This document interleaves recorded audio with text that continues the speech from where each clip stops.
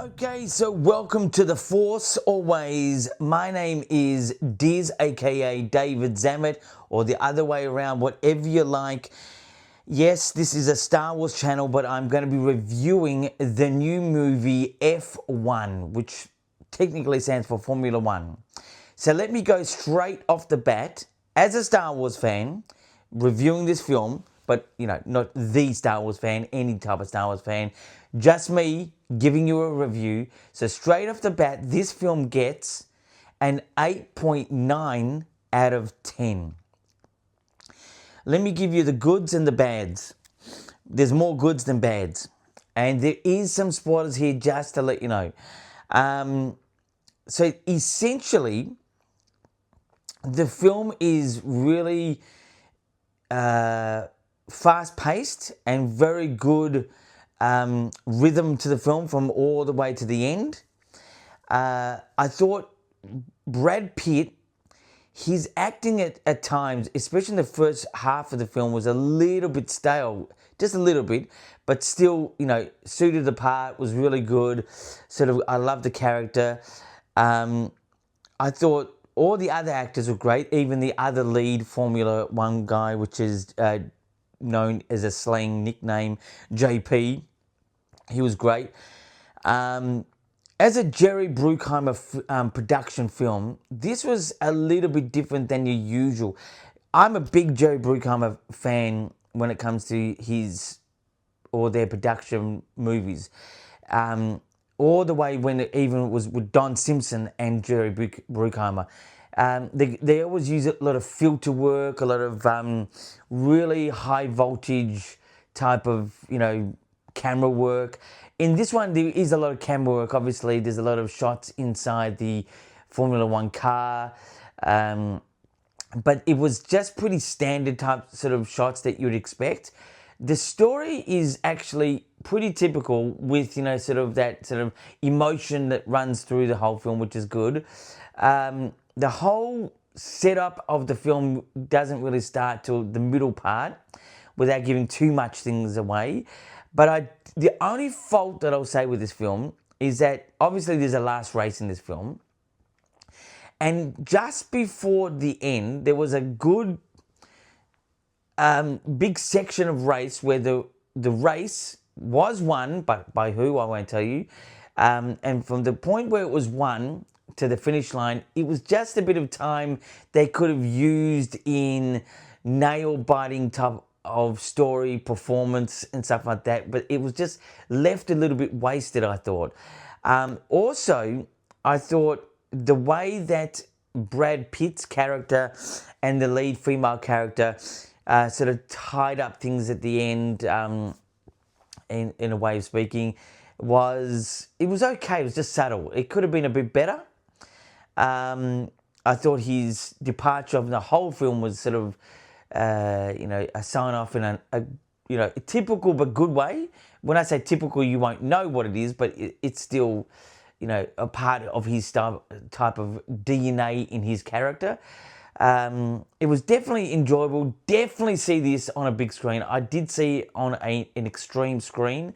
It's just high voltage, adrenaline, with a great story there that is, again, sort of recognizable in what you would expect the story to be, but still it just came off really well. It was good to sort of see a Bruckheimer film after many years, in my opinion. I'm coming from the era of Crimson Tide, Bad Boys, The Rock, all that type of stuff. All that had sort of the same DNA, as I'm using the word DNA or initials, in that film and in those films and this film, but just less filter work, less sort of special camera work effects, not effects, like just camera work effects. The way it moves, the way it sort of does slow motion shots and stuff like that. And but it's a worthy. If you're a car enthusiast, especially Formula One, you will love this film. If you're a regular going audience person, you will love this film. You really do need to see this in a big screen. IMAX if you can, extreme screen, what we have here in Melbourne, Australia. If you can get the depth obviously at home, but this is definitely a cinema film, which I love. It's great. The cinema I was in was actually the first screening of it in the day. This is the day here at the moment. It was an 11 a.m. screening. There was maybe 10 people total in the whole cinema, which is, it sounds pretty awful, but it is early in the morning. And I thought it was, good. It will only get better. I think there will be people really eager to see. The only thing I was disappointed with, there was no popcorn or drink container for this film, which I loved. I did see a sort of a snippet of online somewhere that a helmet had a popcorn thing in it. That would have been great. It's not a gimmicky type of film. It is a good, serious type, action film. I thought the lead, another thing I've got to point out, the lead female in this film, she's the chief designer. It was interesting because there's a lot of debate these days about having, all types of people being a lead in a film, and I think that females get scrutinized wrongly. But this was interesting. She was a lead in the background, like she was in the background of the story of this film, and she was a chief designer. And I thought it was a very good lead that was in the background. Like if you're all up in arms about females or any types of people being a lead in films and you just can't stand it, it works well. Like it doesn't seem to be fake. It seems to be real. It seems to be good. She was a great actress. I thought fantastic. Great inclusion. I have no issues with females being leads. I think they're great. For example, Rey Skywalker, as a lot of people hate me saying that, in Star Wars, I thought she was a seamless, great character for Star Wars. And in this film, with not so up front, but in the background, obviously a designer, not the driver, was really good, very good. And yeah, so that's it. Fantastic film. Again, 8.9 out of 10. It was close to being a 10, but it was a little bit typical, and there was gaps towards the end where they could have filled with a bit of more tension.